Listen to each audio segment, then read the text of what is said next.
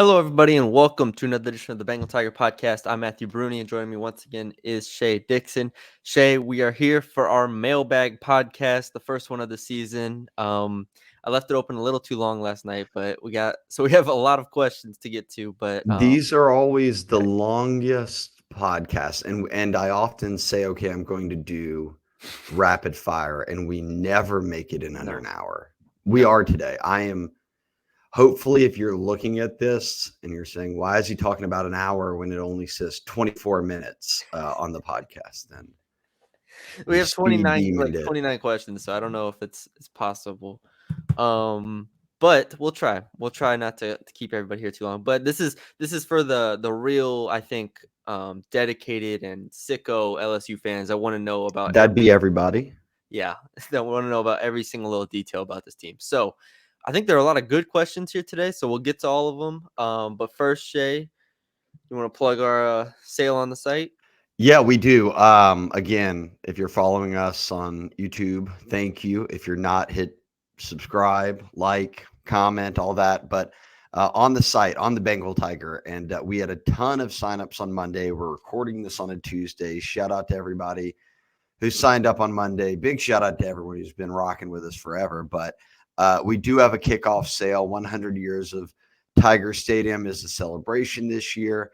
So we're giving half off an annual membership. That's less than $5 a month. So less than $5 a month, get you a full year to the Bengal Tiger, to On3, to read any other site as LSU plays all these teams. You can check in on what they look like, what their recruiting looks like, and then obviously most importantly, hang out with Matthew, Billy, myself, and others, the whole Bengal Tiger family. On the Bengal Tiger message board, we have daily articles, tidbits, class predictions, game predictions, season predictions. It's a busy week, Matty B. So go to the Bengal Tiger, bengaltiger.com, go to On3, find the Bengal Tiger. But when you sign up, promo code kickoff24. When you get there, if you go to my Twitter at Shea Dixon or just go to the website, it'll bring you straight to the prompt. But you'll see it there for less than $5 a month. You can get on board, lock it in. This is the final day. So promo code kickoff24. We may let this run through Wednesday if everybody is, if we can keep this rocking, but we'll see. But yes, that is the probably the best annual deal we will have all year. So jump on it. We'd appreciate it. It keeps the lights on and keeps us rocking. And we're growing, Matty B. We're growing fast. See how many questions we got in the chat? Yeah. Now people were. I posted like 8:30 p.m. and they came in flowing in. So there we go. All right, you ready to rock it? Let's do it. All right. The very first one this year, Frank Reynolds gets it in first. And he took a little jab at LSU fans 789. But the injury news of Brian Kelly's Monday press conference was that Miles Frasier, a starting offensive lineman, is probable. He was going to go this week. They said they've already seen him move around. It sounds to me, based off how Brian Kelly's talked in the past, that Miles Frasier will start at guard. If he doesn't, they'll bring in Tyree Adams, who we've talked about a ton, as the next guy up, the sixth man on this O-line. So no surprise there. Here's the rough part. Chris Hilton, who's battled injuries for a couple of years, healthy last year, came into this year. Now he's a starter, right? It's Kyron Lacey, a vet. It's CJ Daniels, a transfer from Liberty. And it's Chris Hilton, who in age is certainly a veteran. He's played in a lot of games, but has never had that starting role. He's earned it now. We're at game week for Southern Cal Sunday at 6:30 Central on ABC, and he starts the week as questionable with a bone bruise. And when I asked Brian Kelly who's up next, he said, look, we're going to watch Chris go through practice this week. The medical team will evaluate it, update it later on. But if it's not Chris Hilton, the person who is directly behind Chris Hilton in that position would be Kyle Parker. He's a redshirt freshman. He took that redshirt a year ago. He was part of that signing class with Shelton Sampson and those guys. Jalen Brown, who left and went to FSU. Kai Preon, who's at Tulane.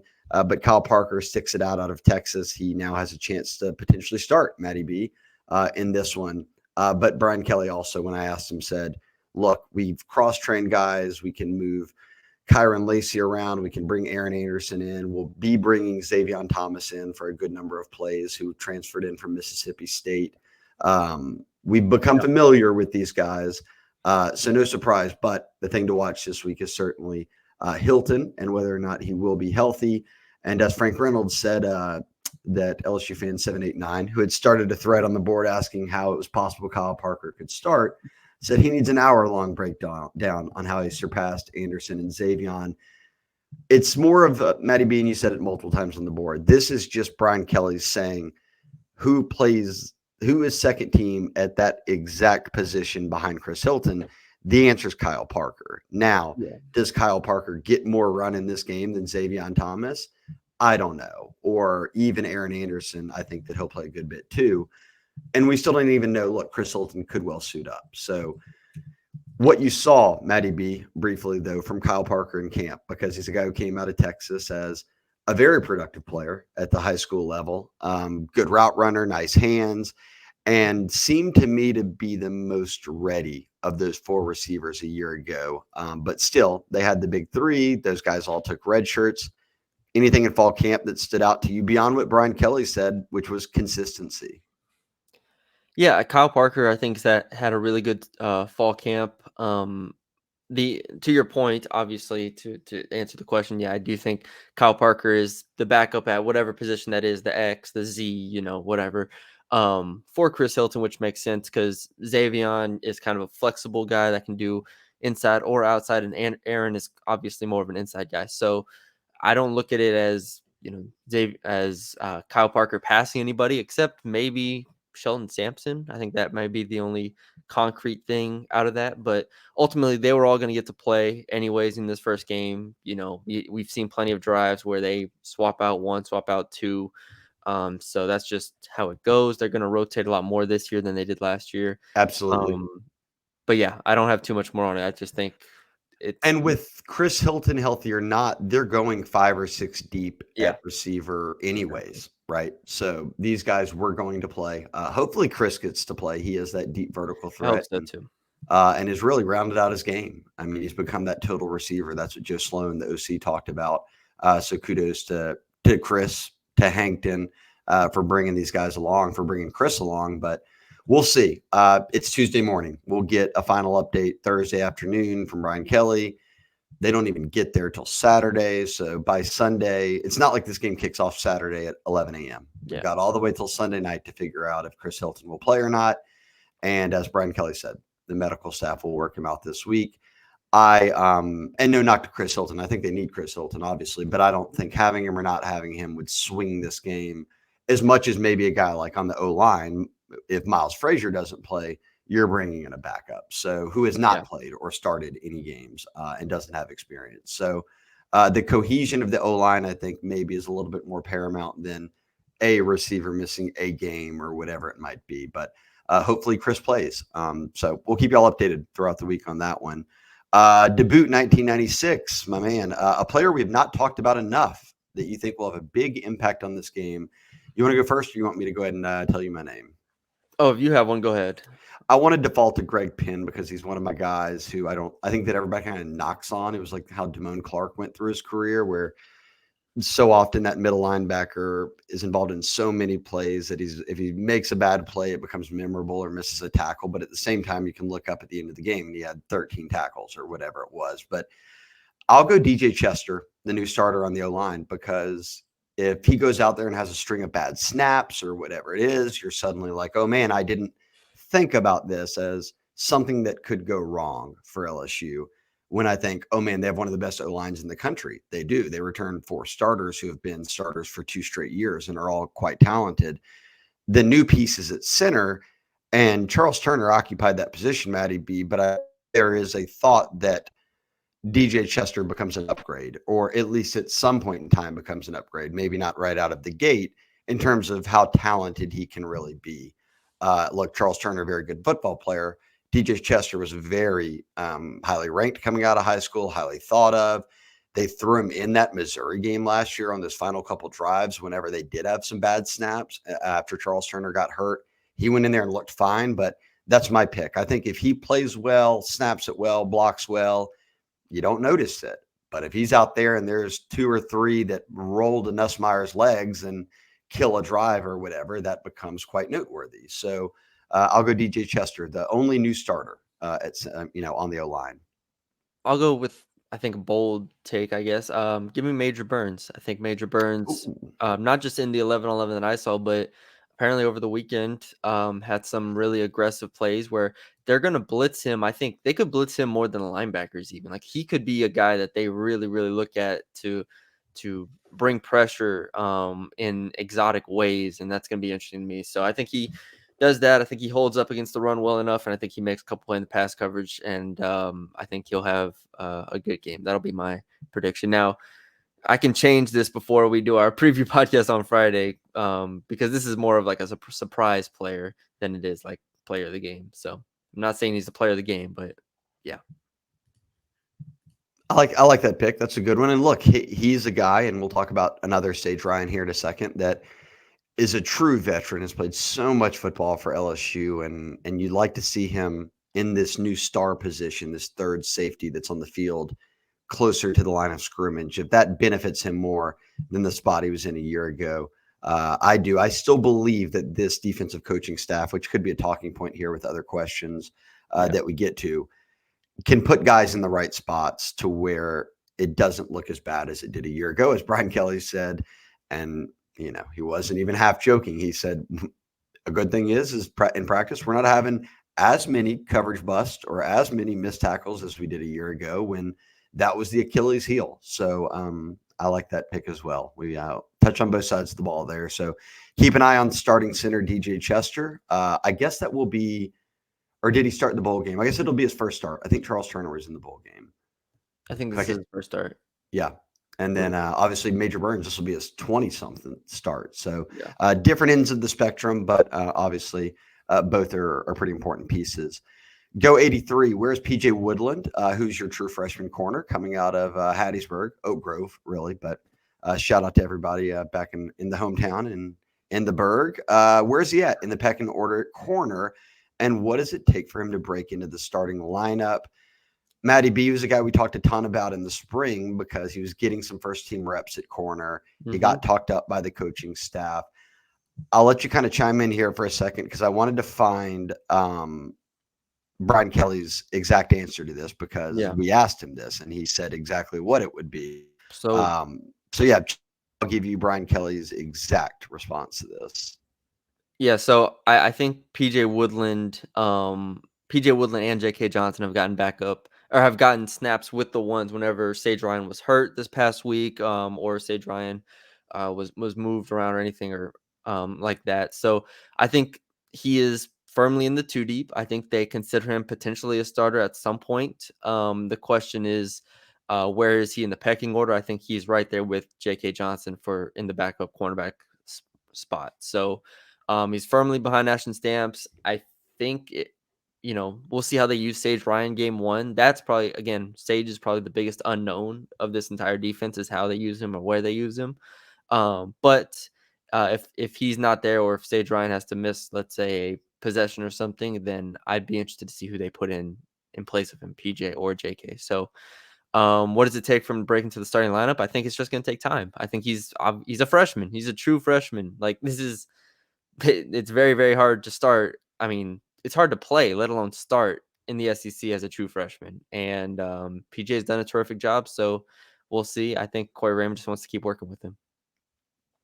Yeah, I said I'd go find exactly what he said. I can't find the story, even though I know that I wrote the story. But I was going to try to quote Kelly instead. I'll paraphrase, and hopefully I'll be somewhat right. I think he said basically what you said was that, look, he is still a freshman, so there will be times where he makes a mistake, but then, or I think it was actually reverse. It was, he made a really good play, Brian Kelly said in practice, maybe an interception, but on the next play completely blows the coverage and the player, whomever runs right by him and scores a touchdown. So you're going to have that growth. I've said it all along, or that time needed for growth, that, as you mentioned, Sage Ryan, who they're kind of, and whether fortunate or unfortunate for Sage, moving him from safety to nickel to corner because he is versatile, but he's never settled into what maybe his true position is, which is safety. I think his chance to do that is PJ Woodland emerging, is JK Johnson emerging, is Zy Yeah. Alexander coming back from injuries. So Yeah. yes, Sage will be there and probably get the start with Ashton Stamps, but I think that PJ Woodland, Corey Raymond will put him out there and see what he can do. And if guys are running right by him or if the moment's too big for him, he'll take him out. If not, then he'll keep him in there.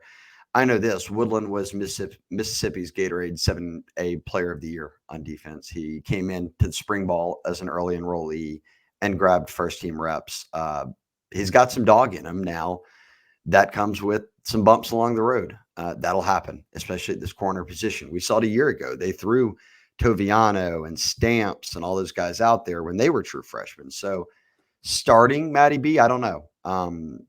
Maybe it just takes time or, some good performances. But I think more so than anything going into week one, they want to put a couple of guys out there that they know have done it before and kind of bring PJ along a little bit more slowly.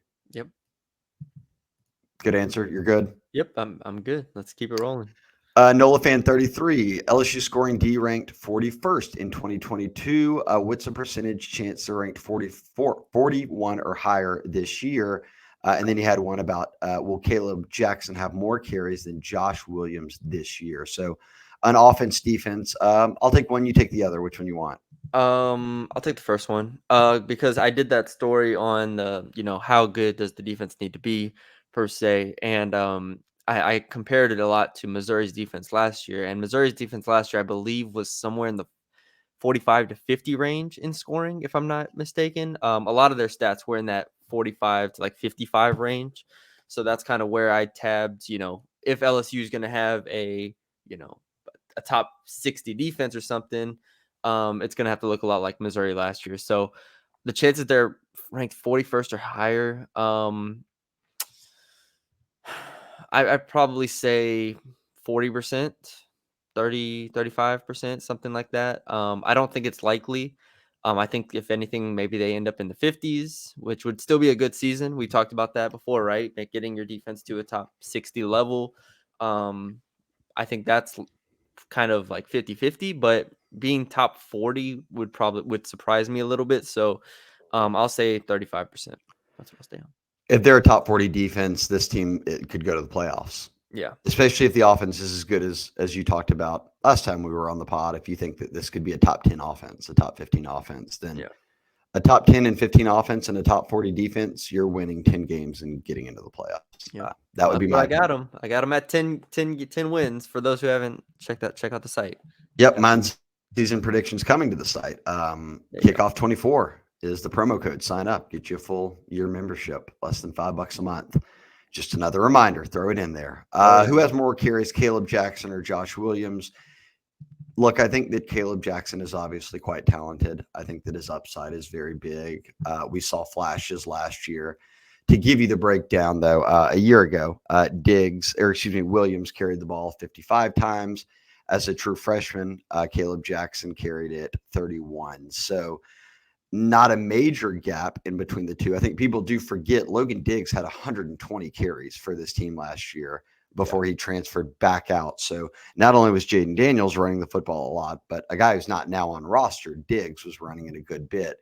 You take out Diggs and Daniels, well, both those guys' numbers are going to go way up. So I think regardless of the answer to this question, it's both going to be a good bit. It could be right in that same range.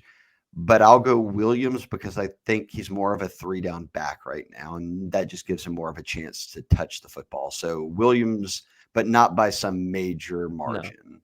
No, I think both of them could, maybe even probably should end the year with more than 100 carries. Yeah, and if they, both go for 5 yards a carry, we're looking at 500 plus yards back. I mean, yeah, they definitely should end the year with 500 carries each, unless if John Emery comes in and he's also, then you have a real 3-headed backfield and they divvy it up that way. But yeah, they should both end up over 100 carries on the season. It'll be close. And there's been no new developments that we've seen reported on Trey Holly at the running back spot and his ongoing legal situation. So you're right. John Emery would be the third part of that running back tandem. We'll see how Frank Wilson splits the the reps up, but I would guess that both play a good amount. And at the end of the year, I'm maybe with you that both go over more than 100, which would be notable, obviously. Rustin, 97. Are there scenarios where LSU wins or loses this game by more than a score? I guess more than a touchdown. And if so, what are they and which is more likely? I mean, I think certainly they could win or lose this game by more than 7. I think that those situations on either side of the ball, if that's USC or LSU, is probably a turnover margin. If you've turned it over a couple of times more than the other team has, then yes, I could see this game being more than a touchdown. Oh yeah, I mean the spread is 4.5 right now, which I think is very fair. I thought, when it was at like 6.5 or so, I thought that was a little rich for LSU. I do think USC is able to keep this game close. And honestly, I mean whoever wins here, because I haven't made a pick yet, but I've been thinking LSU for a long time. The more you get into it, I do think these teams just mirror each other so well. And if, let's say Miller Moss is equal to Garrett Nussmeier, then I think this is a really competitive game on both sides. So I do think maybe what he's trying to get at is that the most likely outcome to me feels like it's a one possession game either way. But yeah, certainly there's a scenario where both teams have so much unknown especially on defense, but then also quarterback, right? And then also just like for USC, there's how are they going to use Zachariah Branch and so on and so forth. It's like this game could go 1,000 different ways. Like we just saw One Florida. game, you don't know. Yeah, we just saw Florida State lose to Georgia Tech. Like there are, I think all what was it? All 5 underdogs from week 0 covered by They like more did. than a touchdown. So it was. Look, nobody knows anything right now. Well, and these new That's the clock point. rules and all that, at least based off of week 0 games, had sort of limited possessions a bit compared to years past. We'll see if that plays out, but maybe that's a way to keep the game. The game will maybe stay a little bit closer if Yeah. each team has 1 or 2 fewer possessions than maybe they normally have. So yeah, we don't know. I feel like we'll learn and we'll continue to look into USC, but at this point, it's like this game could go a lot of different ways. Who knows? Burke wants to know, Matty B, what's your favorite position in football? I've never acknowledged a Burke question, but I will for How this dare now. you? Burke's the most diehard loyal fan subscriber we've had. He doesn't But even do promos. He just now it's like pays a full price at all times. now it's like a Answer bit. his question. Now it's like a bit, so I have to keep it up. Favorite position in football. um Defensive end. There you go. Rushing the passer. That's how Rushing it the passer. goes. Getting the sacks, getting the glory. Would you wear a single digit? Would you be For a sure. single digit lineman? Probably like 5. Ooh. Probably 5. Didn't even put himself in 7. That's the humble Matty B that we all know and love. Okay, where are we at? KGO1. How long do you think it will take before we have the DB starters solidified? Okay, I think this is a great question because I think that this could be mid-season because Zy Alexander, a guy that could well start for you, isn't healthy right now. So how long does it take for him to get to full strength and be trusted by Corey Raymond?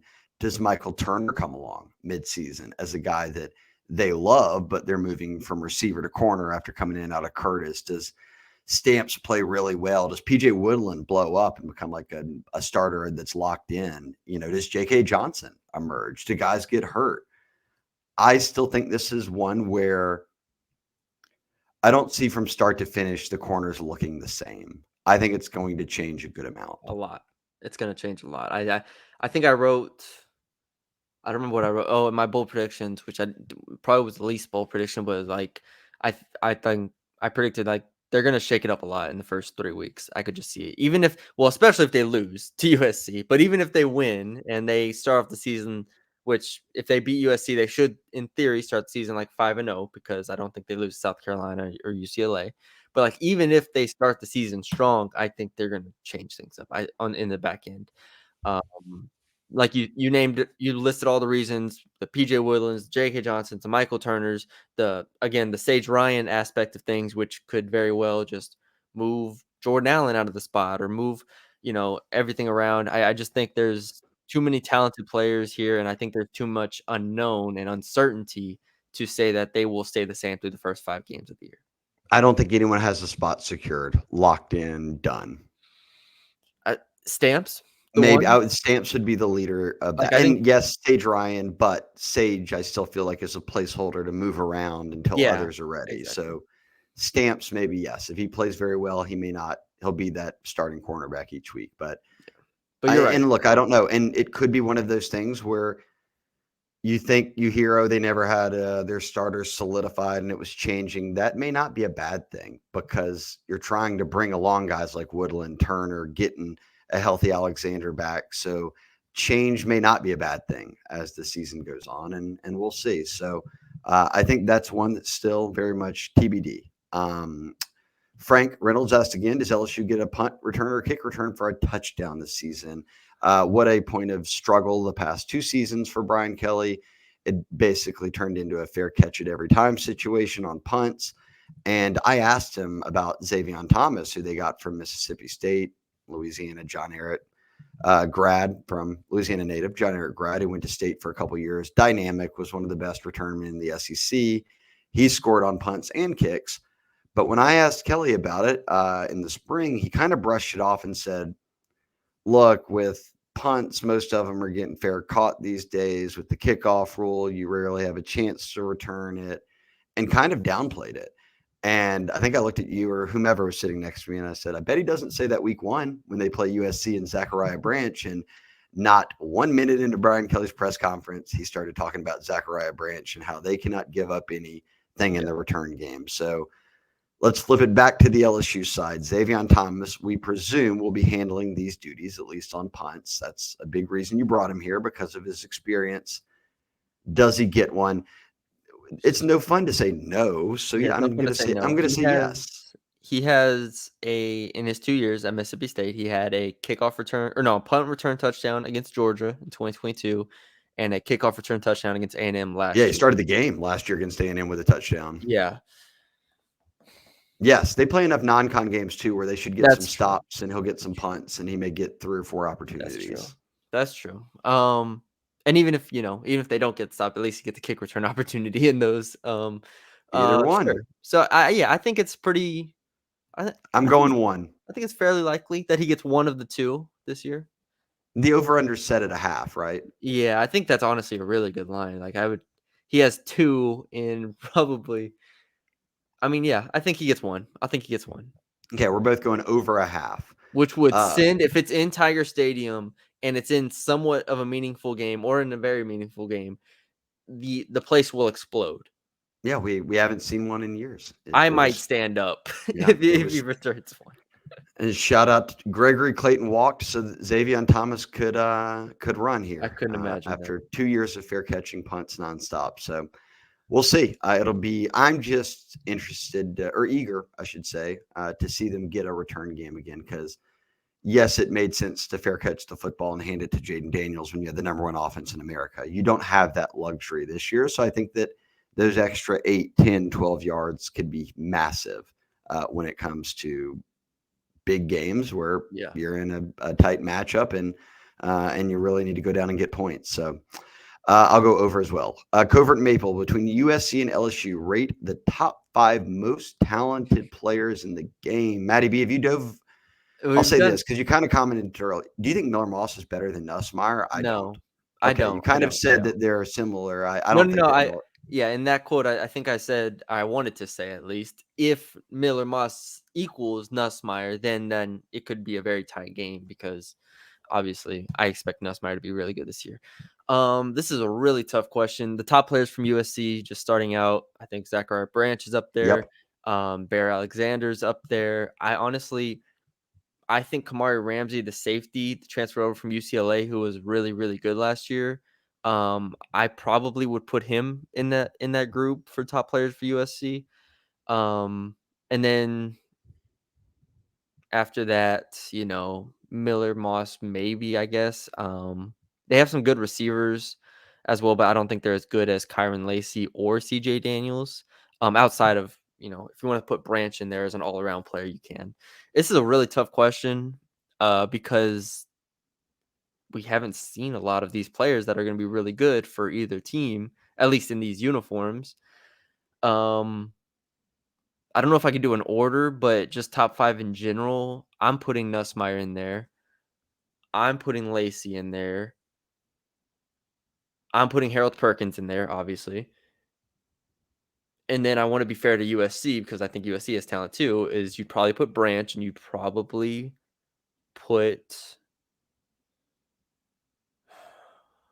one of the defensive players, whether it's Bear, whether it's Ramsey, Easton Mascar. I can never say his name. Mascarenhas Arnold was first team all conference last year in the Pac-12, so you could put him in there. I think one of those 3 probably rounds out the 5. Yeah, look, and then they have Jenna Monheim on the O-line, Yeah. who is a projected first rounder probably, but LSU's got multiple guys on the O-line that I'll. Oh yeah, I didn't even name Will Campbell. Hold on, Will time out. Campbell, Emory Jones, like I could name. Campbell, Campbell's being mocked as a top 10 pick right now, so you Campbell, could. Perkins. Those are the 2 best. Then if you want to say Nussmeier or Lacey, I mean, pick your whatever there. Then you're going either Monheim and then a defensive player probably, or Branch. Yeah, that's the group. That's the group. I can't narrow it down to 5, but that's the group. That's a really tough question to answer, but that's the group you're talking about. Yeah, I think their best player in the secondary is Kamari Ramsey, so keep an eye on him and what he does at that safety spot. I think that LSU would have more names on that list than USC would. Yeah. And I think if you take out Zachariah Branch, who will be a sophomore, like even if you're looking at draft eligible guys, LSU will have more players drafted off this team this year than USC will. So they are a more talented team. So there would be more LSU players on that list than there would be USC players. And I read a couple, including on On3, breakdowns of USC where they were breaking down draft eligible players, and they had Miller Moss 3rd on the list. I wouldn't put Nussmeier 3rd on my list of draft eligible players for LSU. And I think Nussmeier is better than Miller Moss. So do the math there. Well, it's LSU had the better quarterback and the better, I think, a lot of the better top end talent than Florida State's offense last year as well, and did not help them. Florida State was still really good. This USC team is not as good as either of those. It's just crazy to me how you think about that. It's like Daniels, Neighbors, Thomas, like all of them are substantially better in a vacuum than Travis, Coleman, and Wilson.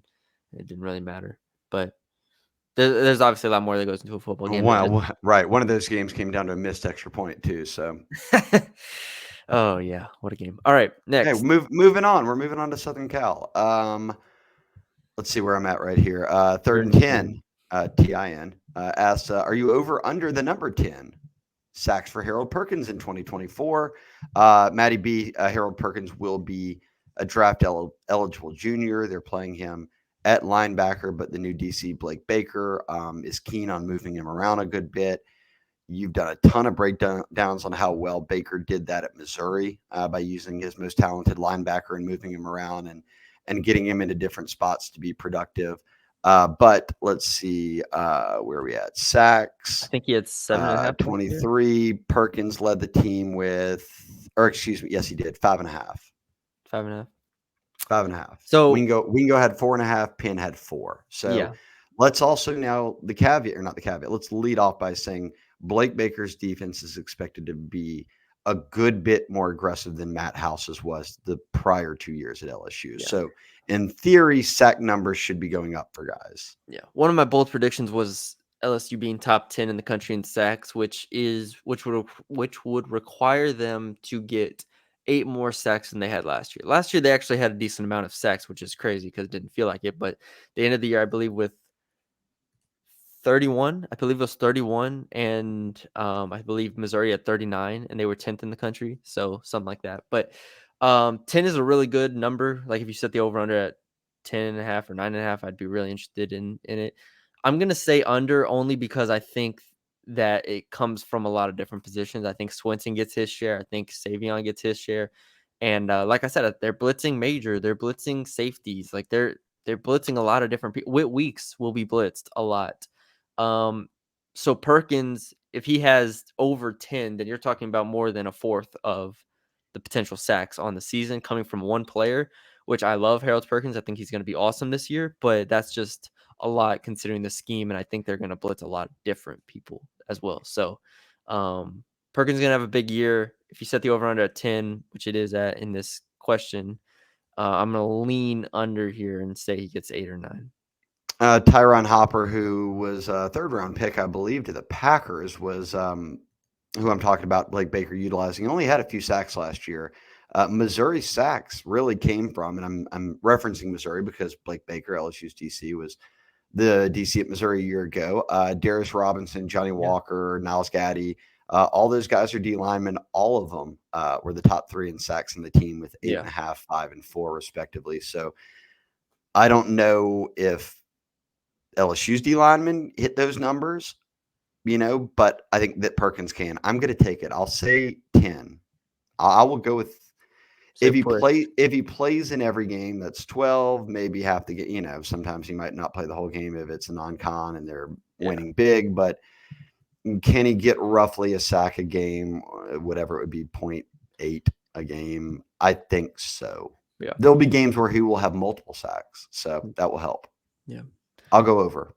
Okay. Or match, or I'll push at 10. Push. There you go. Do you want to hit an ad read? Let's do it. It's game time, and you guys have known it. We've rocked with them multiple years now for each football season. But download the Game Time app, create an account, and use the code ON3. That's just ON, the number 3, and you get $20 off your first purchase. Terms apply. Again, create the account, redeem the code, spell it out. It's just ON3, ON3. That's it. $20. I didn't need to say spell it out. I'm reading. I was told to spell it out, and then I just read that. So download the Game Time app today. What time is it, Maddie B? Game time. Who? Use them for the USC game. Those tickets are going to come down as it gets closer. I've already been having people say that they've seen the prices come down a bit. They're high right now, but if you're going out there, they will come down by game day. If not, Nichols is week 1. UCLA, they play early in the season. Jump on it now. Start to monitor it, but not just football. Anything.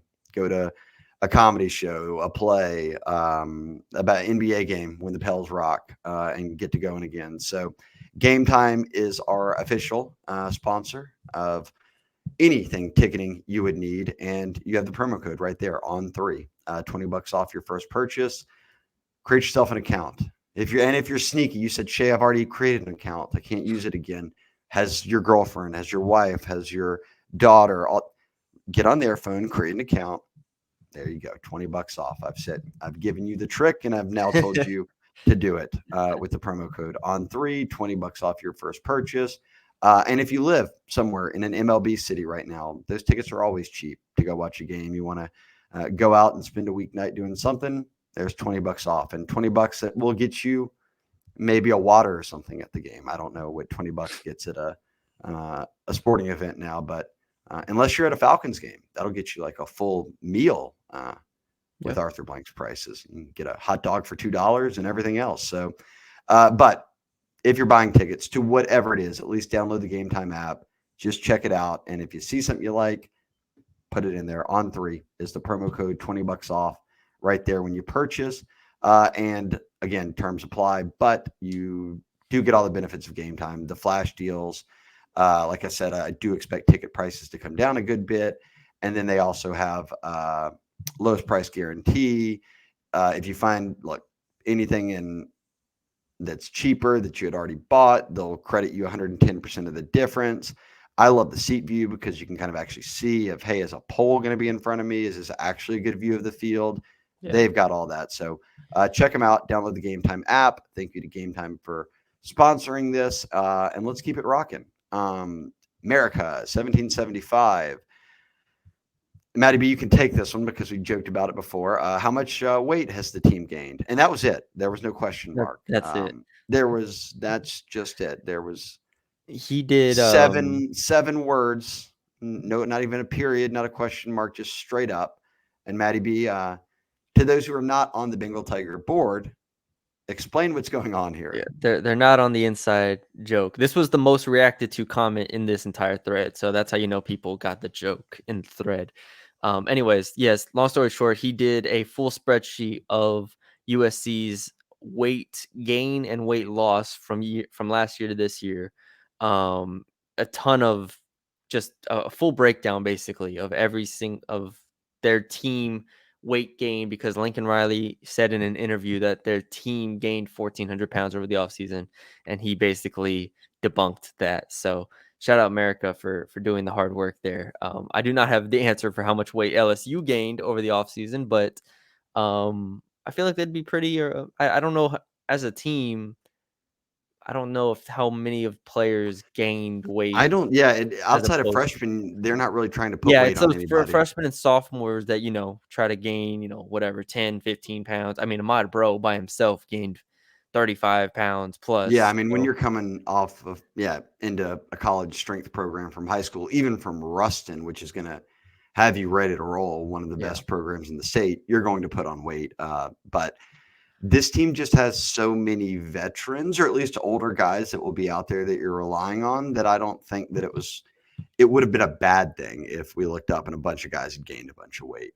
yeah, That's not the BK strategy. These guys they trim them up when they come in, yeah, or they bulk them up physically. They want those O linemen who weighed 260 to 80 in high school that they can bulk up to 290, 300, and they come with athleticism instead of coming in at 330 and then you're having to trim them down. So I don't know. I would say that if I really went in there and did like America did, which I'm not, maybe he has the time for it, that the weight gain is not going to be as much as whatever USC's was.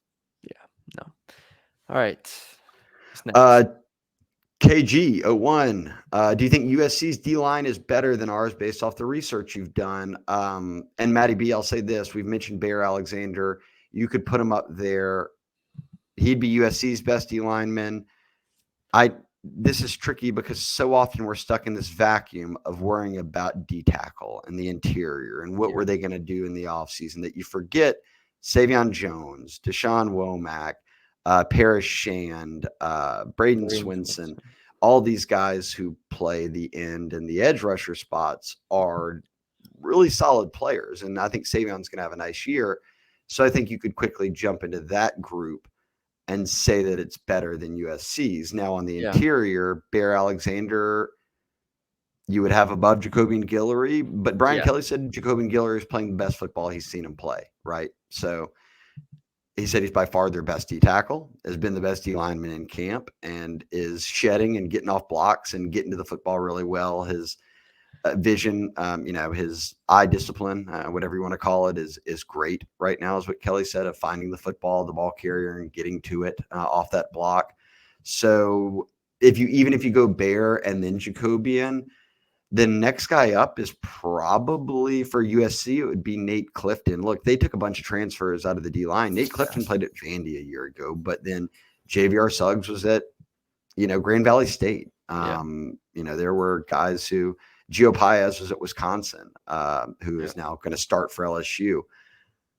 Is this a push? Maybe. I mean, That's what I'm leaning towards. I'm leaning towards push.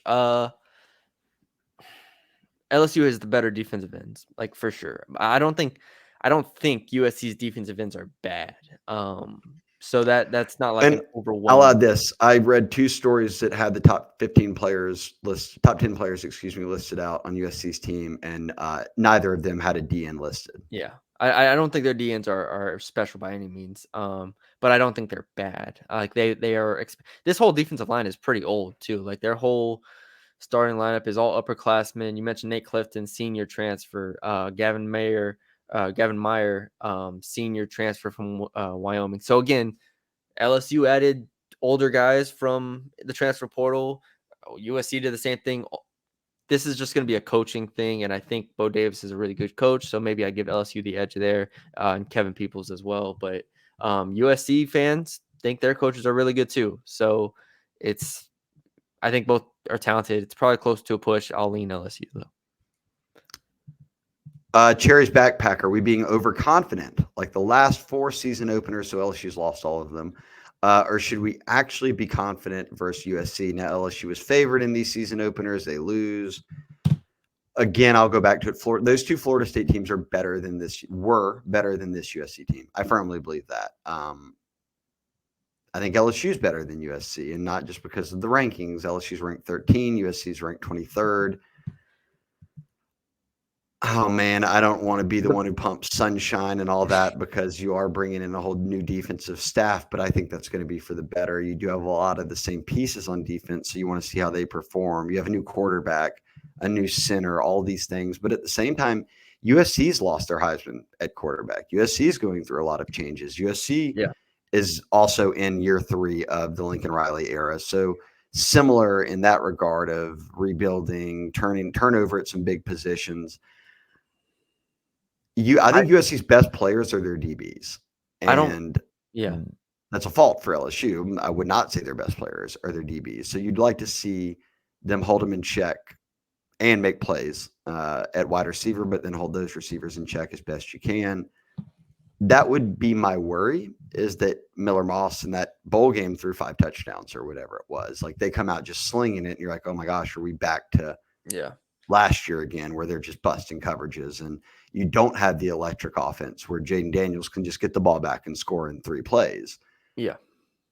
I don't want you to be confident or overconfident. This is one where I really am like, I want to just see how this team looks. And I think this is a 10-win team. I just don't know the path that will take, right? Like, I don't know if that means losing in week 1 and still getting to 10 wins, which they've done in the first 2 years of the Kelly era. I say this, and this is no knock on Lincoln Riley. I think that Brian Kelly is a more proven coach, certainly, than Lincoln Riley. I think that he'll have this team in a better spot. I think that LSU is a better football team than USC. So if there's a reason to be confident, it's that. It's that overall LSU is better than USC. Now, do they execute and win? TBD. My advice week 1, especially coming off the last 2 years, is do not be overconfident. Do not be confident. I just take it for what it is. Look, LSU, I agree with Shea, is the better team on paper. They're higher ranked. They have better players. I think they have better top end talent. But it's week 1. Like, I just told you that all 5 underdogs covered by a touchdown last year. All right, this game has a 4.5 point spread. It could go any way right now. Just take it for what it is. React instead of trying to be ahead of the curve here. Obviously, it's our job to predict. So I'm glad Shea laid it all out there because he did a good job. But ultimately, if you're a fan, do not go into this game slamming the LSU alt line minus 13.5 here because you're feeling good. Like, this is, just take it for what it is. It's week 1 game against USC. Like, they could still have a very successful season if they did lose the game. I'm not picking them to lose the game, but if that happened, like, just, this is the game where we're actually going to learn about what this team is. All right. We can talk about the spring game. We can talk about the spring, the fall, the scrimmages. None of it matters. None of it matters. I guarantee you Florida State last week went into that game thinking they were going to roll over Georgia Tech. I mean, it's just football. This is week 1. We learn about this team this week. Please we'll learn. That's my approach here. Learn about what this team is week 1. Next. Let's see where we're at We're now. we're probably like But halfway through, so if you want yeah, to I'm about to start speed around rolling, we them. can start rolling. Yep. Hunter Fournette, do USC fans actually exist since Pete Carroll left? We'll see.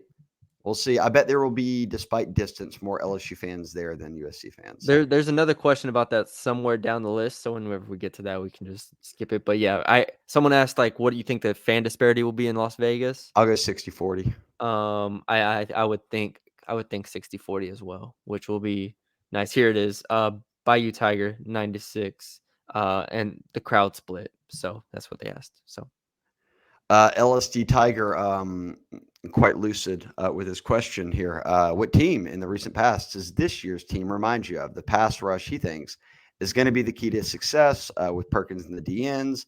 How many sacks do you think this team will get as a whole, and roughly how is that distributed in your opinion? We talked about the sack numbers a minute ago with where they were a year ago, and who had them.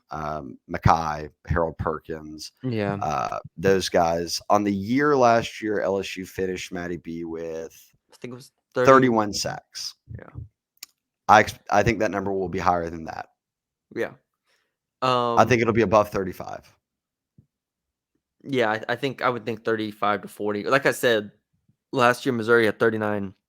Well, this is in 13 games. All of these are in 13 games. LSU 31-13, Missouri 39-13 was top 10. So if they can get to 40 and 13 games, they're a top 10 sack team, which was my bold prediction. So I'll stick with it. Why not? Let's say they get to 39.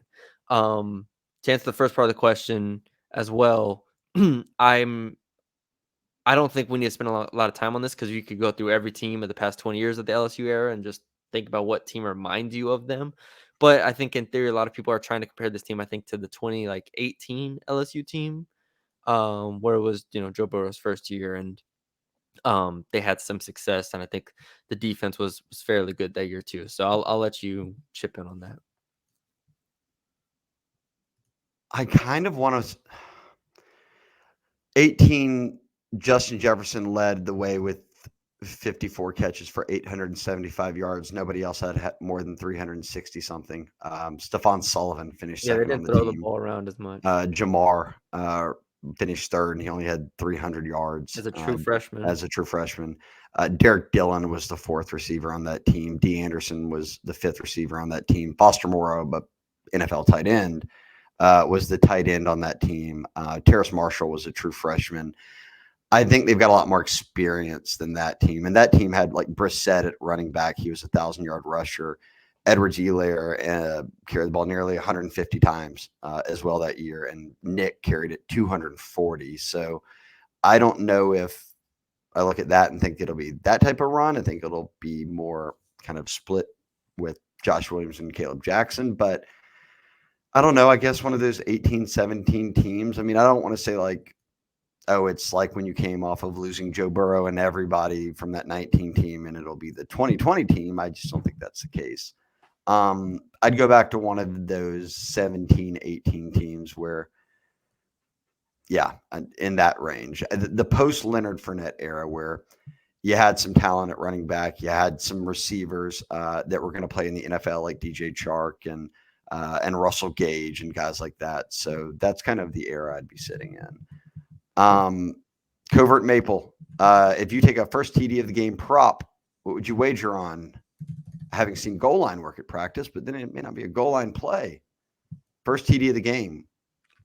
I'm just gonna. I'm just gonna stick with Kyron Lacy. I think I feel fairly good about that. Maybe Pimpton gets a shout. I'm going Mason Taylor. Sure, I can I'm see going it. Mason Taylor. Now They get down inside the 10. We'll play action, something of that nature. Quick little throw out to the flats to Mason. He gets in. Yeah. So I do think we'll have to see how they run the ball in general, but I did think like we saw LSU's run defense in situationals when they were doing goal line actually hold up really well against LSU's run game. So that didn't inspire me a ton of confidence in me in them just running through Bear Alexander and these guys. But maybe it happens. Maybe it happens. But yes, I would say I'd say a receiver of some sort.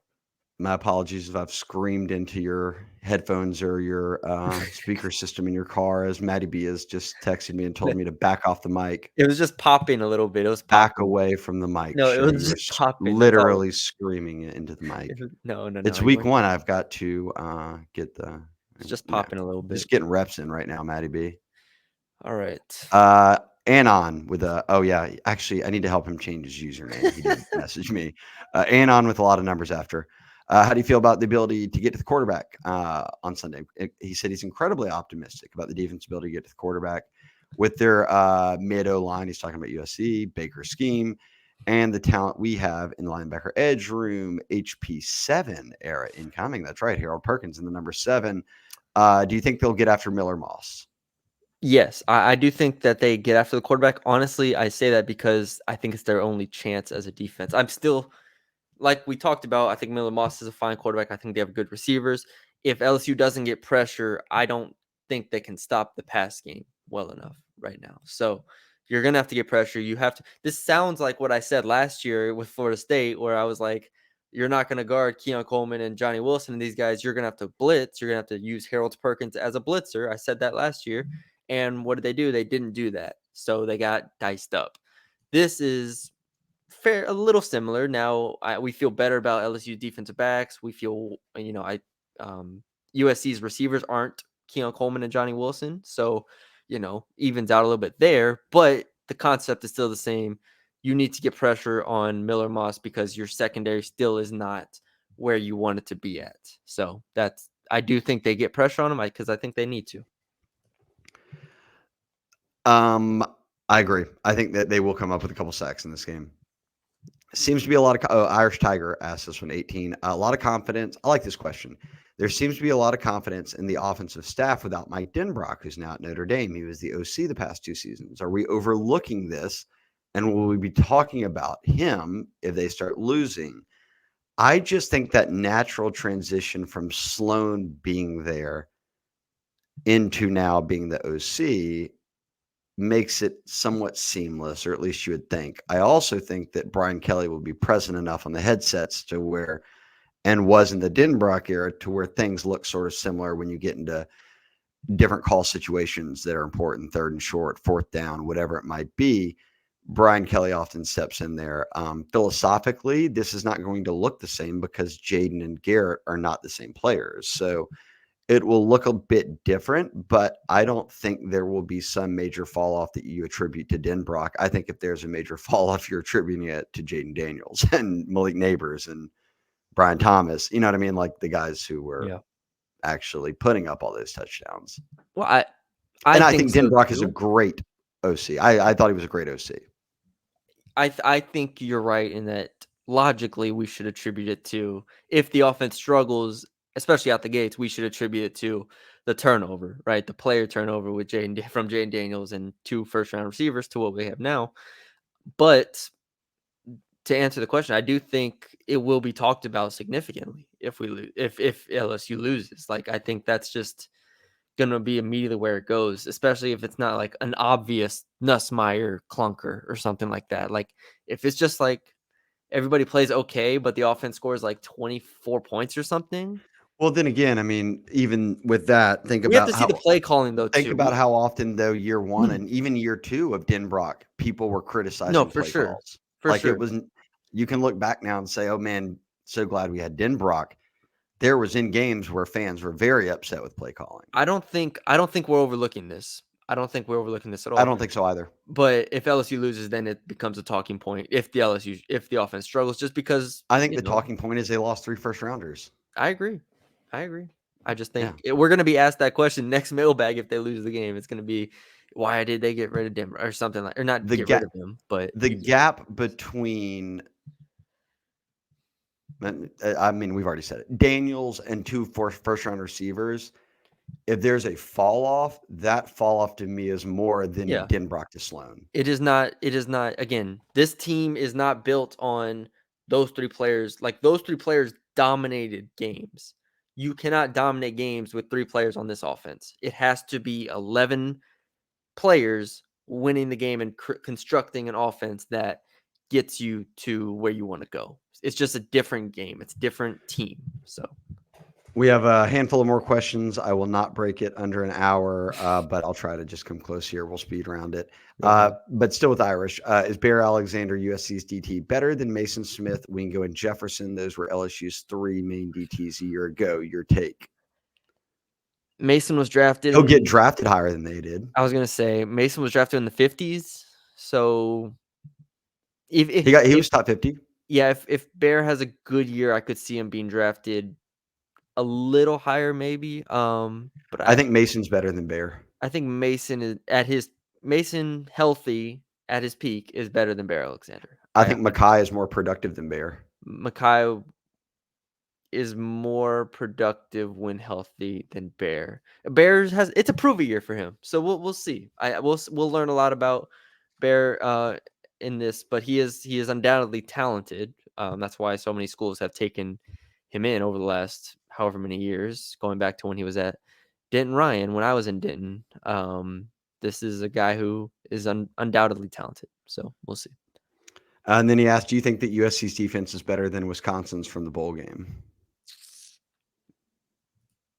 I'll believe in the new defensive coordinator who had a lot of success last year, similar in a way that LSU fans are believing in Blake Baker, I think USC will have a good defensive staff right now.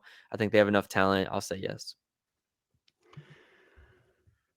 Yeah, I mean, Wisconsin was a top 40 D a year ago. They also didn't Yeah. play a ton of teams that put up a ton of numbers, but I also don't remember exactly I what their don't most. who was out that Yeah, game. I a don't. couple Yeah, of players might have been out for Wisconsin that I don't want to bowl games are tough to yeah. say Yeah. compared to.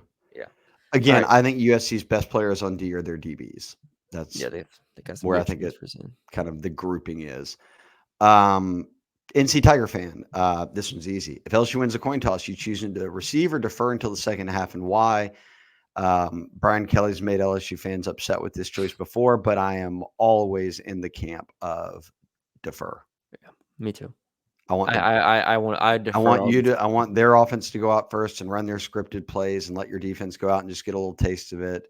Yeah, Let your offense sit for a second, and then I want the ball first in the second half. exactly. Like if we're saying both teams, it's such a common talking point in that both teams have their first scripted drives, so you kind of get it out the way initially, and then you get the ball to start the second half. So I would do that. Blake the Kid said, how much, and I love this question, how much time do you think the backup safeties and the star positions see? Deshaun Spears, Kylan Jackson, and if it's Toviano. But, we'll see in that grouping who the backups would actually be. Right now, Jordan Allen and Jordan Gilbert and Major Burns have been starting. There are some other options there. But he said that group excites me more than the three starters. It does, because younger guys always excite you more than what Because you've you haven't seen seen. them. Like, Because you yeah, haven't it's the seen backup them. quarterback's the most popular guy on the team because you haven't seen him. You know what the starter is. So now I'm poking fun at that reality. I do agree with him that these young guys have some very real promise, like Yeah, Kylan, for Spears, sure. Toviano, all these guys. Like, they are good young players that I want to see develop and I think will be big time.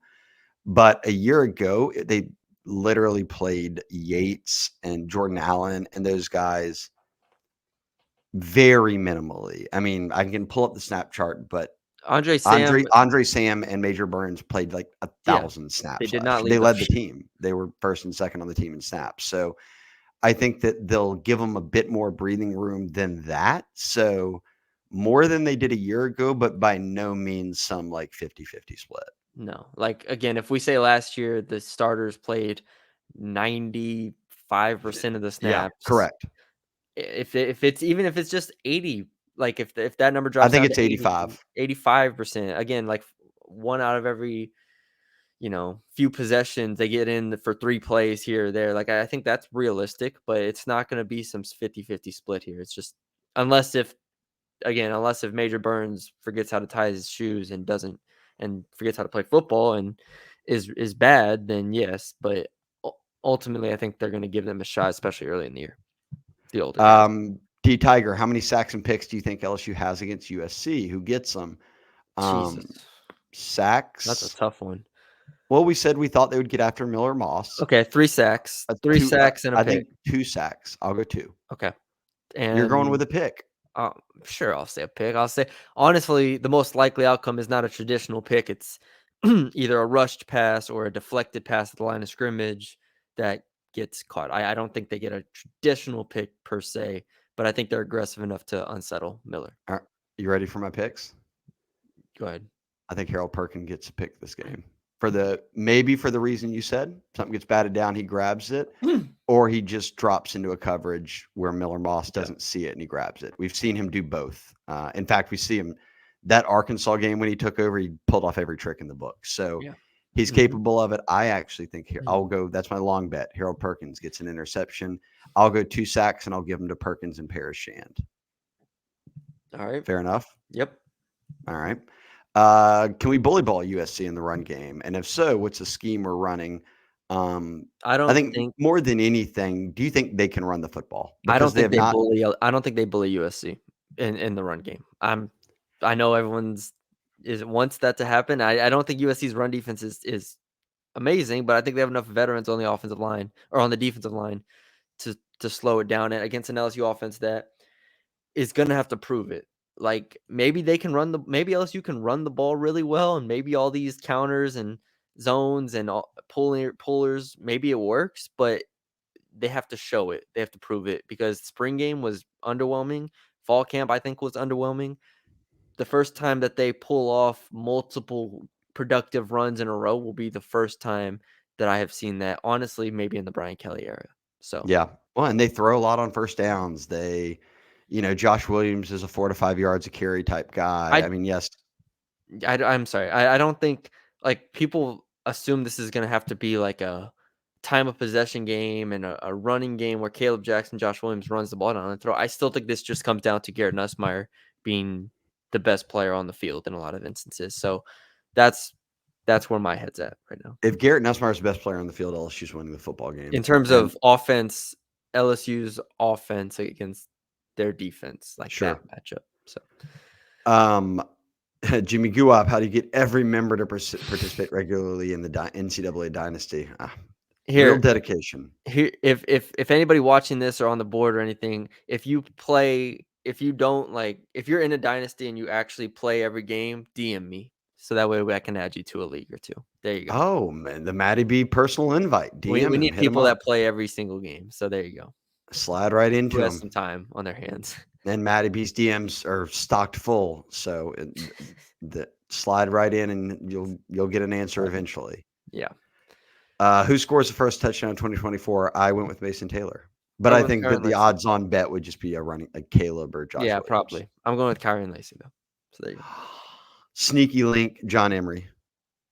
Honestly, I wouldn't be shocked, but that fun. Frank puts him in there like for his first touch at like the 7 and they score. Yeah, I can see it. All right. Jamarcus, how worried should we be if we have to punt? Reports are our punters haven't been that good, and they have an electric returner in Zachariah Branch. Blake Oschendorf, look, we don't get to watch a lot of punting in practice, but he was really good at La Tech. He transferred in. I cannot imagine he's going to be terrible. I think Oschendorf is the better punter. Like kick it out of bounds. I don't care. Yeah, kick it out of bounds. Don't kick it to Zachariah Branch. To answer the question specifically, how worried should we be if we have to punt?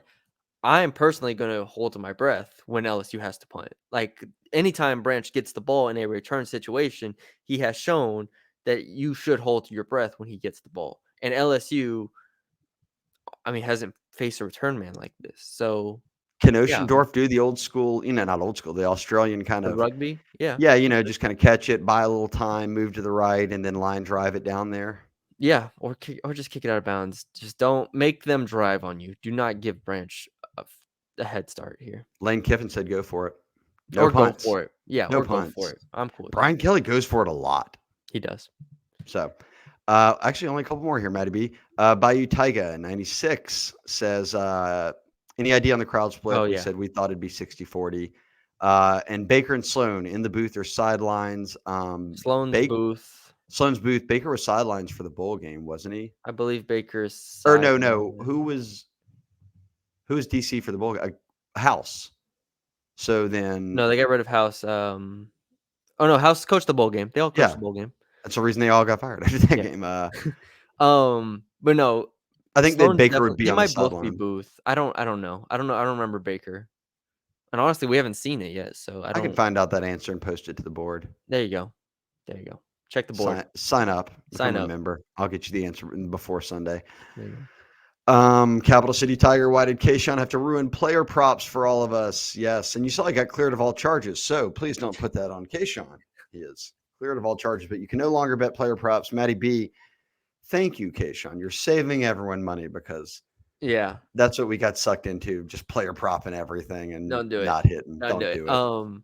It does ruin my final lines. Well, I guess I'll still publish final lines with player props in it. But you just can't in Louisiana, I guess. People can't bet it unless you go like offshore or something like that.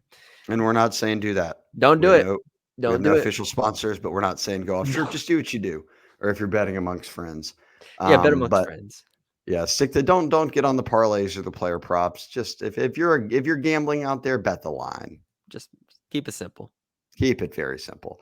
Coach K, 7, shout out to my man. How big of a factor do you guys see Woody Marks being at running back for USC? He is the career leader in catches at Moose State. Correct. And the SEC for running backs. What a pull by Coach K7.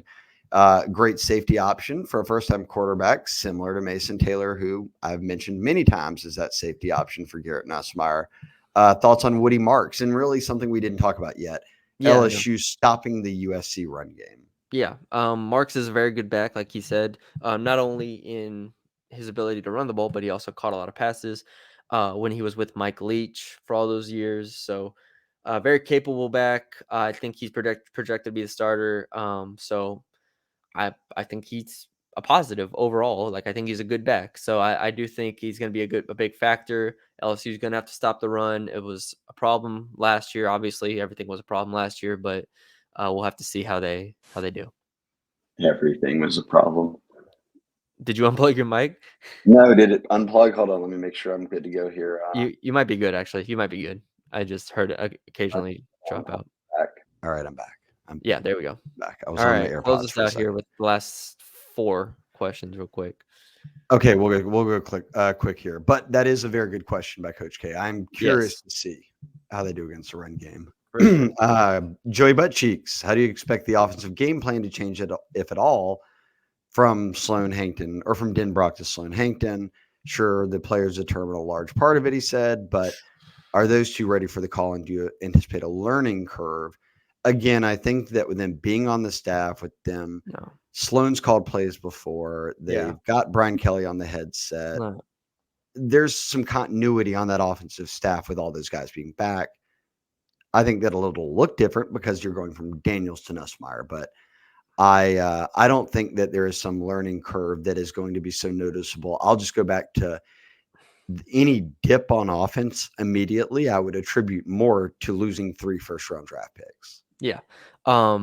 Sloan Hankton obviously being on staff already. I think we saw throughout the spring and honestly throughout the fall, the offense looked different because you don't have Jaden Daniels, but ultimately, like they are changes that we are expecting, right? The run game should look different. The tight end usage should be different. Like it's going to be different because you don't have Neighbors and Thomas who can kind of take the top off defenses at will and make crazy catches. But so what does that look like in the pass game? All of this we're going to have to learn about. And ultimately, Brian Kelly is still on the headset as well. So he will influence calls, I'm sure, throughout the game. So I don't think it looks crazy different except for the reasons that we expect. I think this next question, Slick Deuce Man, excuse me, over under 34.5 carries for the LSU offense on Sunday. A year ago versus Florida State in the opener, they had 27, 15 plus 4, 4, 4, 12, 27. 27, and Daniels had 15 of them. Nussmeier's not going to run the ball more than 5 times, I don't think. No. I would smash the under on this one. I agree. Am I wrong? No, I agree. I can't see, even if I could see Jackson and I could see the running backs getting close to 30 though. Actually, this line might be better than I thought. Well, the games are shorter. If we assume the games are a little shorter, well, and if you're running it, they become even more yeah, short. If you're running if it, you're they're getting to even 35 shorter. runs, Yeah, then no, lower. Yeah, under. I'll go low. Under. All right, Under. we're smashing the under. Tiger Rider, we have 2 left. Tiger Rider, what freshman linebacker has the best chance to break into the rotation this season? I think it would be Tylen Singleton.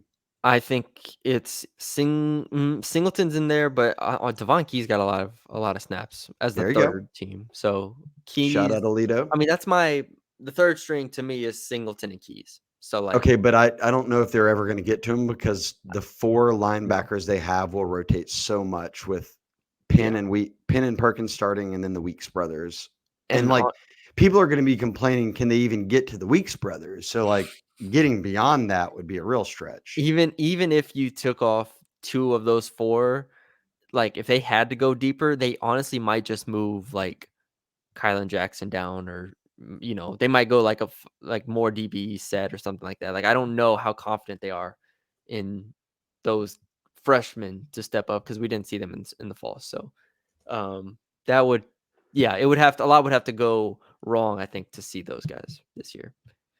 Thank you to everyone sticking with us. We now have one last question, and that will go to Tiger Fan 11. And why not end it with the number 7, Harold Perkins? Does he have a breakout? Will Perkins break out and be a dominant force in college football? This is a question that goes obviously beyond the USC game, Matty B. I'll let you give your take, but I just do want to share this because I've talked about this before. there seems to be that Perkins broke out as a freshman and disappeared as a sophomore, and that was true in games. But when you look at the stats, year one, he had 72 tackles. Year two, he had 75. He had 33 assisted tackles in year one, 32 the next year. Yeah. He had 13 tackles for loss in year one. He had 13 in year two. His sack numbers dipped last year by 2. He had 7.5 that prior year, but forced fumbles 4 in year one, 3 in year two. He doubled the amount of passes he broke up from 3 to 6, and he had a pick in each season. And he played in 14 games versus 13 games, started 8 versus 13. Yeah. Like he disappeared, but his numbers looked almost exactly the same. It Yeah. just was different. So I think that LSU fans could view him breaking out by surpassing those numbers. Like if he Yeah. hits 10 sacks, that's a all-American season. Like that's a breakout season. Well, a true freshman, he had 7.5. He had like half of those against Arkansas. But I think a consistent Harold Perkins with how Blake Baker uses him, yes, I think he will be a breakout player in college football. He's already a household name, but I think now people will say every game way more often, there he is. Because, yes, there were times last year where, Matty B, you and I would sit together each game, and we would get into the third quarter and be like, is Harold Perkins playing? Like, has he been out there? Yeah. And that's misusage, right? That just, you're not using your best player right. So, Yeah. with the amount of effort that focus that Blake Baker has put into Harold Perkins, I would think that he has a breakout year. Why Yeah. would I say no to that? I mean, No, I I just don't. did a whole. We That actually would have make a. people so mad in the podcast. I was like, not at all, guys. Come on now. I mean, we just He's a second posted round a pick. both just posted a TikTok or reel or whatever it is on all of our socials of me talking about how great Harold Perkins is going to be this year. So, yeah, I think he's going to be really good. Go watch those videos if you want. My full I take. promised that I'd try to get it in under an hour. Last year, we were about an hour and 15 minutes every mailbag pod. It is always our longest, and we are eclipsed an hour 15 minutes. So I have done no progress in the off season. I've made no strides in my ability to move more Nothing. quickly through the mailbag. It is what it is, but we do it for you guys. Now I will just have to work a little bit more quickly on the rest of my day to get all of my content up and hang out with the folks in the Bengal Tiger. So I failed, Matty B. Sorry. Speaking of the Bengal Tiger, Shea, kickoff There it sale, is. There it kickoff is. 24. Check it out on the site. If you're not a sub, become a sub. 50% And if off. you are a sub, tell a friend. Hook us up here. Really, we want to build the best community. We already have it, I think. The best Yeah. community of LSU fans. We really do. We can nitpick. We're family, though, at times. We get into fights, but we break it up and we all get along. This is a great deal. I'll give you my hidden reason. I want to beat all the other sites in signups. I don't want to finish behind Bama and Georgia and all this. Y'all care about recruiting rankings. I'm on my sign up rankings game right now. I'm not trying to finish behind a slew of SEC teams or USC or any of them. So help us out. Sign up. Tell a friend. It's less than $5 a month. There You you go. spend $5 a day on something stupid. I do every day On player props. on player props. Look at that. All those $5 you would have put on player props, put them into something that's actually a good investment, which is the Bengal Tiger full annual membership. Yeah. Think about it. If you And instead if of you do it, betting, I will love you and I will answer all your questions in the mailbag and I will go as long as needed. that's right. Yeah. Only subs can send mailbag questions. So That is we will true. be doing one of these every single week. So stay tuned. We'll have a preview podcast out on Friday. Billy and Shay will keep doing their recruiting podcast. So we'll be back in our rhythm every single week to Check go the ahead. site this week too. I've got my class predictions coming up. I've got my season prediction coming up. So well beyond just USC stuff, we are kind of offering up some full picture Yep. of recruiting in the season. So we'll see how everything pans out. Yep. Oh, I just got a notification. I was going to see if we had some breaking news, but the notification was Bengal Tiger kickoff sale, 1-year membership. So how poetic. There you go. All right, guys. Yeah. Screaming from all angles. Thank y'all for joining us. Leave us a like, comment, share, and subscribe if you haven't already. Let us know what you think on the board or Oh, the comments. also, check my Twitter, check the board, all that. I'll say it again on the other pods this week, but at circa Friday night, 5:30 to 9:30, the Bengal Tiger, Freds, and ESPN 1045 will be having an area outside by the pool. You can watch games. You do not have to get in the pool unless you want to, but if you wear anything LSU, you get in free. I'll be hanging out there. Charlie and Jimmy and the guys at ESPN will be, and then obviously the folks from Fred's Bar and Grill here in town. All the LSU fans, if you're looking for something to do, maybe before dinner or whatever it is, bouncing around Vegas, Friday night, circa. If you got questions, DM me, but I will have a link out, story, Twitter, all that, to where you can RSVP. It's free, like I said, to get in if you are wearing anything LSU, and even hook you up with a drink ticket. So first drink's on me. There you go. All right. Anything else, Shay? No, I'm done. All right. We got everything out there for everybody. But yeah, thank y'all for joining us. Again, we will talk to y'all soon. Leave us a like, comment, share, subscribe. Hope y'all have a good one.